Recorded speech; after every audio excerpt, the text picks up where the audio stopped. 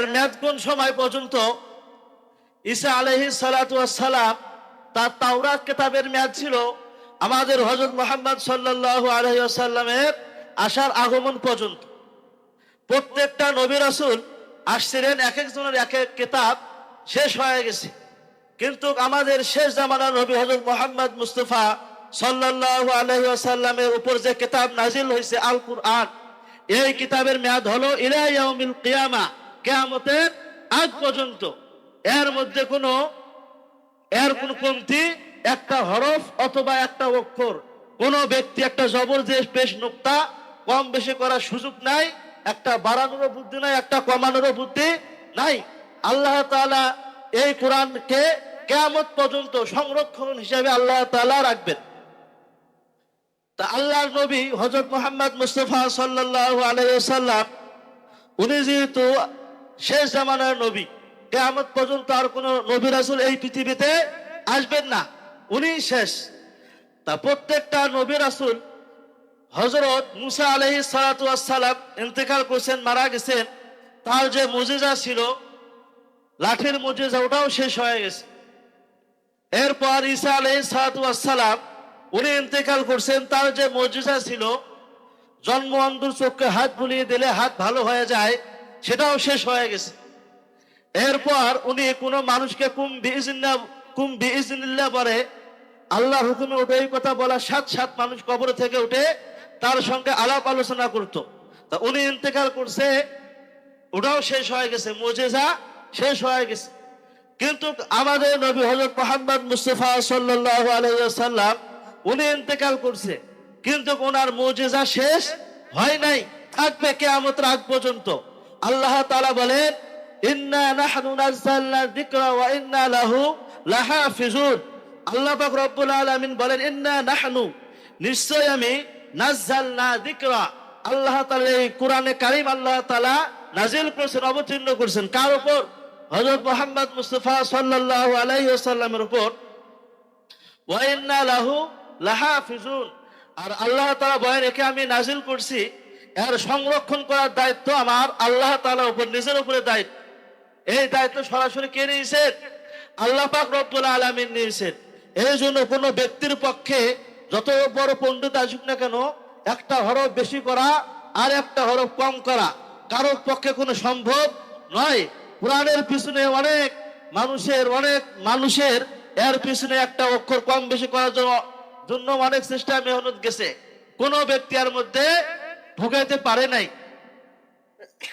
এর মধ্যে থেকে আল্লাহ পাক রব্বুল আলামিন আমাদের যে হযরত মুহাম্মদ মুস্তাফা সাল্লাল্লাহু আলাইহি ওয়াসাল্লাম, উনি আজ থেকে 1450 বছর আগে এই পৃথিবীতে আসছিলেন। 1400 বছর আগে তিনি ইন্তেকাল করছেন, এই পৃথিবীতে তিনি কি নাই। কিন্তু আল্লাহ পাক রব্বুল আলামিন যে কিতাব নাজিল করছেন হুবাহু এটা থাকবে কিয়ামত পর্যন্ত। কারণ হলো আল্লাহ পাক রব্বুল আলামিন বলেন, আমি যে এই কোরআনে কারীম নাজিল করছি শুধু কিতাবে লিখিত আকারে, বই আকারে, লিখিত আকারে, এর মধ্যে আমি কি সীমাবদ্ধ রাখিনি। আল্লাহ তাআলা এই কোরআনে কারীমকে প্রত্যেকটা মানুষের অন্তরে অন্তরে সেটফেট করে দিয়েছে। এই জন্য কোরআনে কারীমকে আগুন লাগে জ্বালে দিতে পারে, সমুদ্রের মধ্যে ফালাইয়ে পারে দিতে, কিন্তু মুসলমানদের অন্তর থেকে এটা বের করা সম্ভব না। আল্লাহ তাআলা রাখবেন কিয়ামত পর্যন্ত, এর দায়িত্ব আল্লাহ পাক রব্বুল আলামিন নিজেই নিয়েছেন। এই জন্য কোনো মানুষের পক্ষে একটা নুক্তা, একটা হরফ কম বেশি করার কোনো সুযোগ নাই, আল্লাহ তাআলা এটা বন্ধ করে দিয়েছেন। তা আমাদের ভারত উপমহাদেশে যখন ব্রিটিশ যখন শাসন শুরু করলো, ইংরেজ শাসন, আমরা যেটাকে বলি ব্রিটিশ শাসন, তারা দেখলো মুসলমানের ধর্মগ্রন্থ যেটা আছে আল কোরআন, এর মধ্যে যদি কোনো জিনিস বাড়ানো অথবা কমানো যায় তাহলে সমস্ত মুসলিম জাতি তারা গোমরা হয়ে যাবে, পথভ্রষ্ট হয়ে যাবে। এই জন্য মুসলিম জাতিকে তারা রাতারাতি তারা করলো দরিদ্র গরিব, আর হিন্দুরা হয়ে গেল রাজা, প্রজা হয়ে গেল হিন্দুরা হয়ে গেল জমিদার। মুসলিম জাতির উপর নেমে আসলো জুলুম নির্যাতন। তা এমতো অবস্থায় ইংরেজ গভর্নমেন্ট একটা তাদের রিপোর্ট বের করলো যে মুসলমানদের সবচেয়ে শক্তিধর বিষয় কোনটা। তখন তারা জরিপ দেখলো যে মুসলমানরা তারা যে কোরআন পড়ে সকাল সন্ধ্যা, রাতে বিকেলে, রাতের অন্ধকারে, ফজর আগে এবং পরে, তারা শুধু এই কোরআন বুকে রাখে না, তারা শুধু এই কোরআন কাগজ কলমে লিখে রাখে না, বরং তাদের এই কোরআন তাদের অন্তরের সাথে সেট এবং ফেট হয়ে গেছে। তা আল্লাহ পাক রব্বুল আলামিন ওই সময় একটা ইংরেজ শাসনের সূচনা যে শুরু হয়ে গেছে, জুলুম নির্যাতন শুরু হয়ে গেছে, এর একটা প্রেক্ষাপট জালালউদ্দিন রুমি এবং তার পরবর্তী একজন ছাত্র ছিলেন আনোয়ার শাহ কাশ্মীরি সহ অনেক বুজুর্গ এখানে একটা উল্লেখ করছেন। তাই একদিন ঘটনাটা হলো এরকম, আনোয়ার শাহ কাশ্মীর রহমতুল্লাহ আলাই তার জামানায় হয়তো ওই সময় যে দিল্লি মসজিদ শাহী মসজিদের ইমাম সাহেব শাহ আতাউল্লাহ বুখারী রহমতুল্লাহ আলাই, উনি ওই সময় জীবিত ছিলেন। তা ইহুদি খ্রিস্টান জাতি যারা ছিল, তাদের পণ্ডিত যারা ছিল, তারা আসলো, আসার পর বললো যে আমরা তো খ্রিস্টান জাতি, আমাদের কিতাব হলো ইনজিল, সুতরাং আজকে মুসলমানদের কোরআন আর ইনজিলের মধ্যে একটা পরীক্ষা হবে। যদি পরীক্ষার মধ্যে ইনজিল কিতাব কোনো ক্ষয়ক্ষতি না হয়, তাহলে সেটা আমরা বলবো ইনজিল কিতাব সত্য। আর যদি কোরআনের কোনো ক্ষয়ক্ষতি না হয়, তাহলে আমরা মনে করব কোরআন সত্য। ওই সময় যে সময় ওটার প্রতিবাদ করার মতো কোনো লোক ছিল না, ওই সময় মানুষ মুসলিম যারা ছিল, সাধারণ মুসলিম, তারা মনে করলো কথা তো সত্য। তখন তার একটা পরীক্ষা নেওয়ার জন্য বলল যে একদিন এক চুলার মধ্যে আগুন জ্বালিয়ে আমাদের যে ধর্মগ্রন্থ ইনজিল শরীফ এটাও ফেলে দেওয়া হবে, আর মুসলিম জাতির যে সবচেয়ে ধর্মগ্রন্থ আল কোরআন এটাও ফেলে দেওয়া হবে।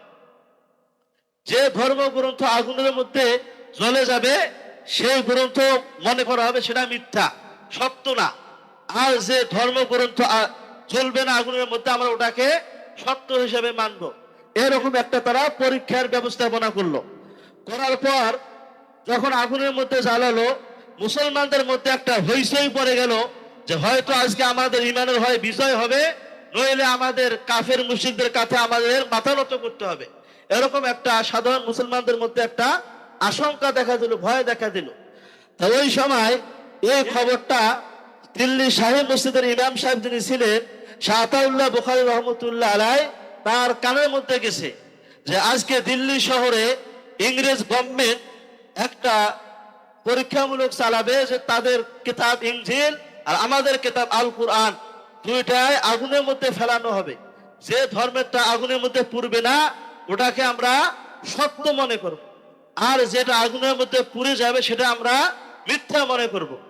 তার কানে যখন এই খবরটা গেছে, উনি বলল যে এর চ্যালেঞ্জ আমি নিলাম, এই আগুনের মধ্যে ফেলানোর দায়িত্ব চ্যালেঞ্জটা আমি নিলাম। তা দিল্লি শাহী মসজিদের ইমাম সাহেব তিনি যখন মসজিদ ছেড়ে তার বাড়ি থেকে যখন বের হলেন, দেখতেছেন ওই সময়কার খ্রিস্টান পণ্ডিত যে ছিল পাদ্রী, তাদের ধর্মগুরু, উনি আসছে। আসার পরে আমাদের মতো মাইকে মঞ্চে তারা বলতেছে আজকে পরীক্ষা করা হবে মুসলমানের ধর্মগ্রন্থ আল কোরআন সত্য না আমাদের ধর্মগ্রন্থ ইনজিল সত্য, এটা পরীক্ষা করা হবে। পরীক্ষার নিয়ম হলো আগুনের মধ্যে ফেলানো হবে। তখন দিল্লি শাহী মসজিদের ইমাম সাহেব শাহ আতাউল্লাহ বুখারী রহমতুল্লাহ আলাইহি উনি বললেন যে আজকে আমাদের যেটা দেখা হবে সেটা হলো আমার চ্যালেঞ্জ আর একটু বাড়ানো হবে। খ্রিস্টান ধর্মের যে ধর্মগুরু ওনাকে বলা হলো তুমি তোমার ইনজিল কিতাব তোমার বুকের মধ্যে বাঁধো, আমি আমার আল কোরআন আমি আমার বুকের মধ্যে বাঁধলাম। বাঁধার পর আপনিও আগুনের মধ্যে ঝাঁপ দিবেন, আমিও আগুনের মধ্যে ঝাঁপ দিব, দেখা যাবে কোন ব্যক্তি পড়ে আর কোন ব্যক্তি পড়ে না আগুনের মধ্যে। এটা কথা যখন চ্যালেঞ্জ দিছে, এই কথা চ্যালেঞ্জ শোনার পর ইহুদি খ্রিস্টানদের মনে ভয় লাগছে, সর্বনাশ, আমরা তো আগুনের ধারে কাছে যাই না, আমরা যদি ইনজিল কিতাব বুকের মধ্যে ধারণ করে আমরা আগুনের মধ্যে লাভ দেই, আমার ইনজিলও শেষ, আমিও শেষ, সুতরাং এই চ্যালেঞ্জ আমি গ্রহণ করবো না। তখন খ্রিস্টান ধর্মগুরু ওখান থেকে পালায়ন শুরু করছে, দৌড়ানো শুরু করছে, বুঝলেন, দাঁড়ান দাঁড়ান দাঁড়ান, আগে আমাদের চ্যালেঞ্জটা গ্রহণ করা হোক। তখন বললো যে না, আমি এরকম সিদ্ধান্ত নিয়ে আসি নাই। বলতে তুমি যে বললে তোমার ইনজিল আমার কোরআন আগুনের মধ্যে ফেলানো হবে, আমি বললাম তুমি তোমার ইনজিল সে তোমার বুকের মধ্যে বাঁধো, আমি আমার আল কোরআন আমার বুকের সাথে বাঁধলাম, দেখা যাবে কোন ব্যক্তি আগুনের মধ্যে পড়ে কোন ব্যক্তি পড়ে না। তুমি এর মধ্যে কি দেখলা, দৌড়ানো শুরু করলা যে? ধর্মগুরু বলতেছে খ্রিস্টান পাদ্রী যে আমি আমার ইনজিল কিতাবের মধ্যে মেডিসিন মাখিয়ে নিয়ে আসছি, এই ইনজিল শরীফ যদি আগুনের মধ্যে ফেলে দেওয়া হয় ঘন্টার পর ঘন্টা তাহলে ইনজিল কিতাব জ্বলবে না। আছে কি? মেডিসিন দেওয়া আছে, আগুনের মধ্যে ধরবে না, আগুন জ্বলবে না। কিন্তু আমি তো আমার গায়ে কোনো মেডিসিন পাকিয়ে দেইনি, এই জন্য আমি তো আগুনের মধ্যে পড়তে পারি। এই জন্য আমি এই চ্যালেঞ্জ গ্রহণ করব না, আমার ভয় লাগছে। আর ওনাকে যখন বলা হইলো যে আপনি কেন এটা সিদ্ধান্ত নিলেন, শাহতাউল্লাহ বুখারী রহমতুল্লাহ আলাইহি উনি বললেন যে আমি 100% নিশ্চিত যে আল্লাহ পাক রব্বুল আলামিন বলছেন ইন্না নাহনু নাযালনা যিকরা ওয়া ইন্না লাহু লাহাফিজুন, নিশ্চয় আমি এই কোরআনকে নাজিল করছি এবং সংরক্ষণ করার দায়িত্ব আমি আল্লাহ তাআলার উপর, নিজের উপরে। এই কথা আল্লাহ পাক বলছেন। সুতরাং আমি যদি কোরআন শরীফ নিয়ে আগুনের মধ্যে লাফ দেই, ঝাঁপ দেই, তাহলে আমি সহ আল্লাহ তাআলা আল কোরআন বাঁচিয়ে দিবেন। এই জন্য আমার ইমানের মধ্যে 100%, 100% আমার সততা আছে, এর মধ্যে আমার কোনো ভেজাল নাই। আমি কোনো আমার আল কোরআনের মধ্যে মেডিসিন দেই নাই, আমি আমার গায়ের মধ্যে কি নেই, মেডিসিন মাখি নেই। এই জন্য এটা আমার অন্তরের দৃঢ় বিশ্বাস, ইমানের দৃঢ় বিশ্বাস যে আল কোরআন কখনো আগুনের মধ্যে জ্বলতে পারে না। এই জন্য ওখান থেকে শুরু করে নিয়ে আজ পর্যন্ত আমরা যে রকমের প্রত্যেকটা জেলায়, উপজেলায়, গ্রাম মহল্লায় আমরা আল কোরআনের মাদ্রাসা করছি, হাফিজিয়া মাদ্রাসা। এই মাদ্রাসার একজন 8 বছরের ছেলে, 10 বছরের ছেলে, 12 বছরের ছেলে কোরআনের শুরু থেকে নিয়ে শেষ পর্যন্ত মুখস্থ করে। তাকে যদি আপনি হত্যা করে ফেলেন, গোস্ত কাটা করা হয়, তার অন্তরের মধ্যে একটা অক্ষর পাবেন না। পাওয়া যাবে কি? একটা অক্ষর আপনি পাবেন না।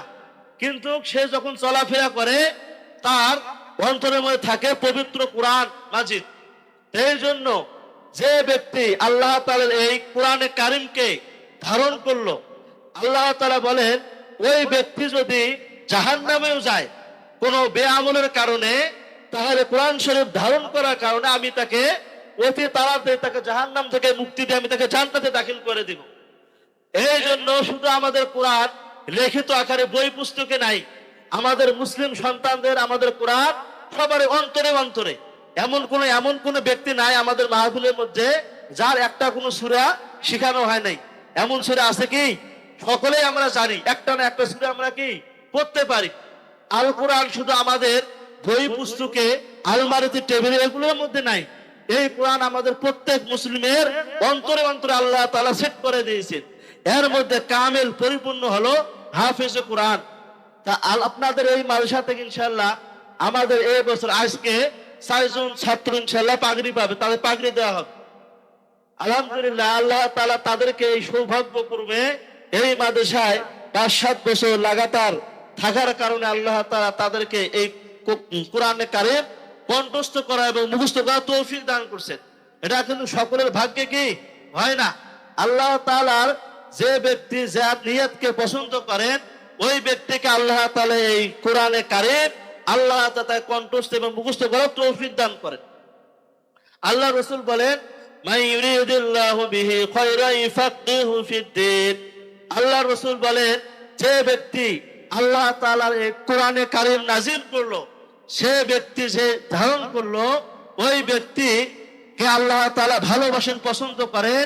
ওই জন্য ওই ব্যক্তিকে আল্লাহ তাআলা দ্বীনের বুঝ দান করেন। এই জন্য আমাদের ছেলে মেয়ে, আত্মীয় স্বজন যারা আছে, নাতিপুতি, আমরা চাবো তাদেরকে এই মাদ্রাসার সাথে সংযুক্ত করে দিয়ে তাদেরকে যেন আমরা দ্বীনি কাজের মধ্যে তাদেরকে আমরা শরীক করতে পারি। তাহলে আল্লাহ তাআলা আপনাকে আমাকে দুজাহানের কামিয়াবি সফলতা অর্জন করার তৌফিক দান করবেন। তা আমাদের মাঝে ইনশাআল্লাহ আমাদের দ্বিতীয় বক্তা উপস্থিত হয়ে গেছে। দ্বিতীয় বক্তার আগমন তেঁতুলিয়াবাসীর পক্ষ থেকে নারায়ে তাকবীর, নারায়ে তাকবীর, আল্লাহু আকবার। দ্বিতীয় বক্তার আগমন